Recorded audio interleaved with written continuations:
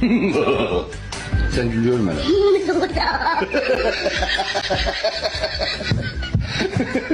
Terden gül bakım hele. Good morning!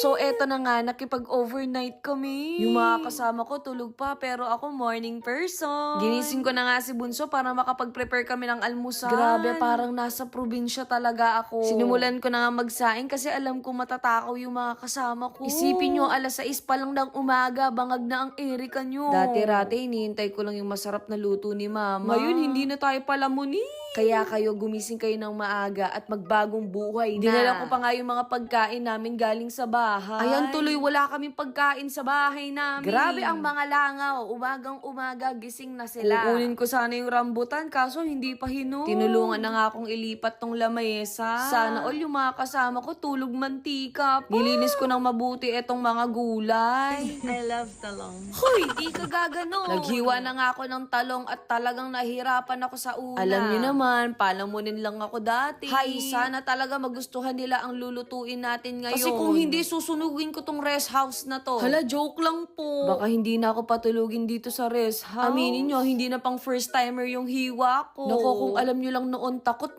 talaga akong humawak niyan. Pero look at me now. Ay, talagang gigil na gigil ako sa mga langaw na to. Aba, uunahin pa kaming kumain. Ako lang ba yung naiiyak kapag hinihiwa ko tong sibuyas? Yung tipong hindi naman ako broken, pero ang sakit. At least alam nyo, pinaghirapan ko talaga to. Naisip ko talaga mag-boodle fight kami ng breakfast. Hindi pa kasi namin ginawa tong magkakaibigan. Kaya sana masarap yung gawa ko, no? Eto nga ang onion leaves, kinat ko na rin. Kinat ko na sa buhay ko. Hala, hindi ganon. Ay nako, wag kayong matakot mag-cut ng tao. Sabi nga nila, kapag may nawala, may darating. O diba, cookies na, tapos may pa words of wisdom pa ang atin nyo. Natapos ko na nga etong bawang, kaya kamatis naman tayo. Ewan ko ba, nung bata ako, hindi ako nakain ng gulay. Tapos nung tumanda ako, talagang lahat kinakain ko na. Gulay po ang pinag-uusapan, ha?